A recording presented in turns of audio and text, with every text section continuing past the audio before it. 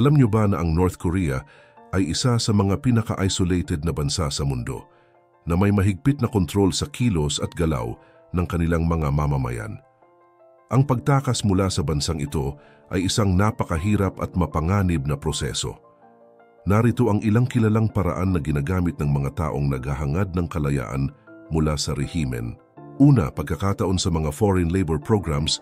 Ang North Korea ay kilala sa pagpapadala ng kanilang mga mamamayan sa ibang bansa bilang bahagi ng kanilang mga foreign labor programs. Ang mga programang ito ay idinisenyo upang magbigay ng pondo para sa gobyerno ng North Korea sa pamamagitan ng pagpapasuweldo sa mga manggagawa na direktang napupunta sa estado. Sa kabila ng mahigpit na kontrol na ipinatutupad ng gobyerno sa mga manggagawa, nagiging pagkakataon din ito para sa ilan na makatakas mula sa bansa. Ang mga foreign labor programs ng North Korea ay karaniwang tumutok sa pagpapadala ng manggagawa sa mga lugar tulad ng China, Russia, Middle East at iba pang mga bansa. Ang mga trabahong karaniwang tinatanggap ng mga North Korean workers ay nasa sektor ng konstruksyon, agrikultura, paggawa sa pabrika at maging sa larangan ng arkitektura. Pinipili ng gobyerno ang mga manggagawa batay sa kanilang kasanayan at political loyalty. Kaya't madalas ang napipili ay mga may pamilyang naiwan sa North Korea upang maiwasan ang pagtatangkang tumakas. Ang mga manggagawa ay mahigpit na binabantayan ng mga North Korean agents na nakatalaga upang tiyakin na sila ay sumusunod sa mga patakaran ng estado. Ang kanilang mga pasaporte at iba pang dokumento ay kinukumpiska upang limitahan ang kanilang galaw sa bansang pinagtatrabahuhan. Kadalasan, sila ay pinapatirahan sa mga isolated na dormitoryo o kampo upang hindi sila magkaroon ng kontak sa lokal na populasyon. Gayunpaman, sa kabila ng mahigpit na pagbabantay, may mga ulat ng ilang manggagawang North Korean na nagtangkang tumakas mula sa kanilang mga lokasyon. Ang pagtakas ay karaniwang nangyayari kapag nagkakaroon sila ng pagkakataong makalapit sa mga local human rights organizations o NGOs na handang tumulong sa kanilang kalayaan. Ang ilan ay nakikipag-ugnayan sa mga underground networks na tumutulong sa kanila na makahanap ng ligtas na ruta patungo sa isang bansang nagbibigay ng asylum tulad ng South Korea. Bagamat ito ay tila isang oportunidad para sa ilan, may malalaking panganib na kaakibat ang pagtatangkang tumakas. Ang sinumang mahuli ay maaaring maipadala pabalik sa North Korea kung saan mahaharap sila sa mabibigat na parusa tulad ng pagkakakulong sa labor camps o iba pang anyo ng pagpaparusa. Bukod dito, ang kanilang pamilya na naiwan sa North Korea ay maaari ring makaranas ng represyon, kabilang na ang pagkawala ng mga pribilehiyo o pag-aresto. Pangalawa, pagtakas sa North Korea-China border.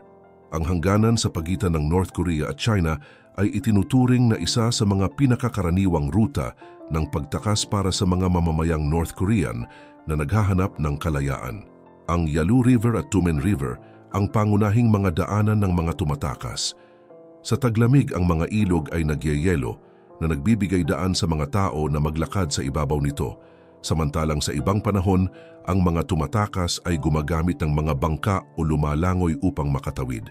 Gayunpaman, ang mga ruta na ito ay mahigpit na binabantayan ng mga sundalo ng North Korea na may utos na barilin ang sinumang mahuling tumatakas. Kapag nakatawid na sa China, ang mga refugees ay kadalasang nagtutungo sa mga rural na lugar upang umiwas sa atensyon ng mga awtoridad. Gayunpaman, ang buhay sa China para sa mga tumakas ay nananatiling mahirap at puno ng panganib. Ang China ay hindi nagbibigay ng refugee status sa mga North Korean at itinuturing silang mga iligal na migrante. Kapag sila ay nahuli, kadalasan silang ipinatatapon pabalik sa North Korea, kung saan haharap sila sa matitinding parusa tulad ng pagkakakulong sa labor camps o sa mas malalang kaso, ang parusang kamatayan. Upang makaiwas sa deportasyon, marami sa mga tumatakas ay sumasama sa mga underground networks na tumutulong sa kanilang pagtakas papunta sa mga bansang nagbibigay ng asylum tulad ng South Korea, Thailand o iba pang mga lugar. Ang mga network na ito, na kadalasang binubuo ng mga human rights organizations, religious groups at mga volunteer ang nagbibigay ng suporta sa mga tumatakas sa kanilang paglalakbay. Sa pamamagitan ng tulong na ito, ang ilan ay nakakarating sa South Korea kung saan sila ay binibigyan ng citizenship at tulong upang makapagsimula muli. Gayunpaman, ang ruta ng pagtakas na ito ay may kasamang malaking panganib. Ang mga nahuhuli ay hindi lamang nahaharap sa personal na parusa.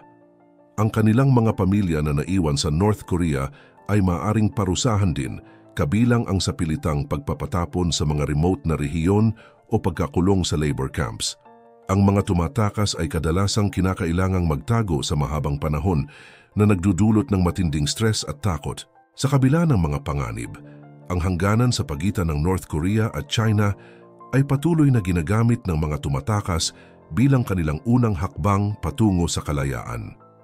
Ang kanilang mga kwento ay nagpapakita ng lakas ng loob at determinasyon sa gitna ng isang mapanganib na sistema na nagiging inspirasyon para sa mga patuloy na naghahangad ng kalayaan mula sa rehimeng North Korean. Pangatlo, pagdaan sa Korean Demilitarized Zone, DMZ.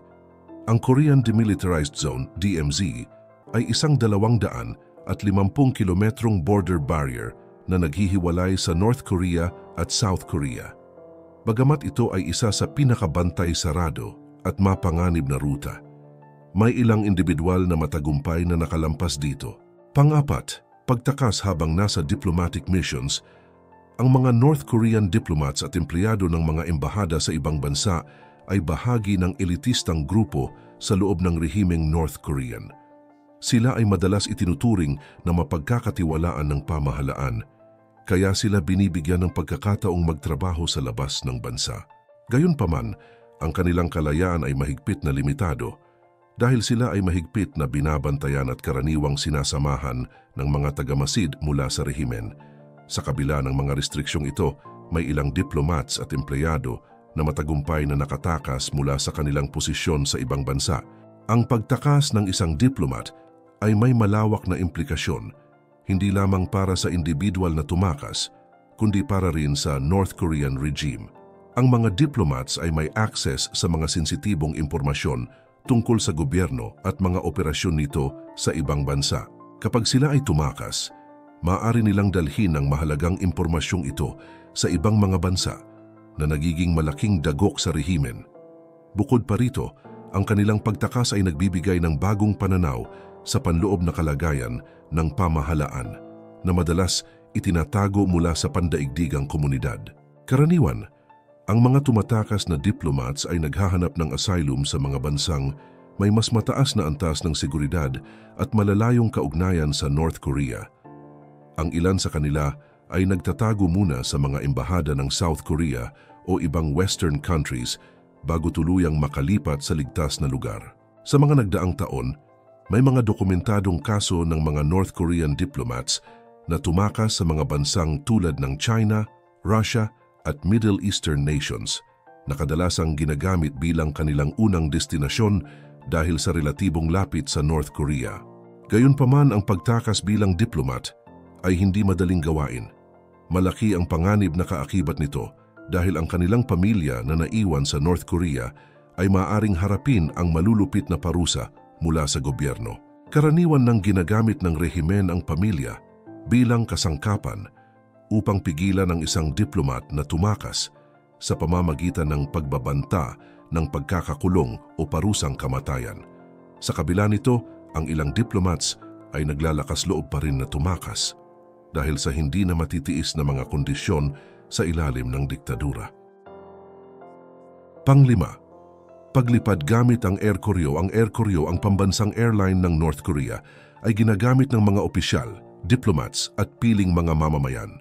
Bagamat hindi ito direktang paraan ng pagtakas, may mga ulat ng ilang tao na sinamantala ang pagkakataong tumakas habang nasa ibang bansa para sa mga opisyal na misyon. Gayunpaman, ito ay bihira at karaniwang para lamang sa mga may pribilehiyong makabiyahe. Pang-anim, pagsali sa palakasan o international na events. Ang mga atleta o delegado na ipinapadala sa Olympics, international competitions o exchange programs ay mayroon ding pagkakataon na tumakas.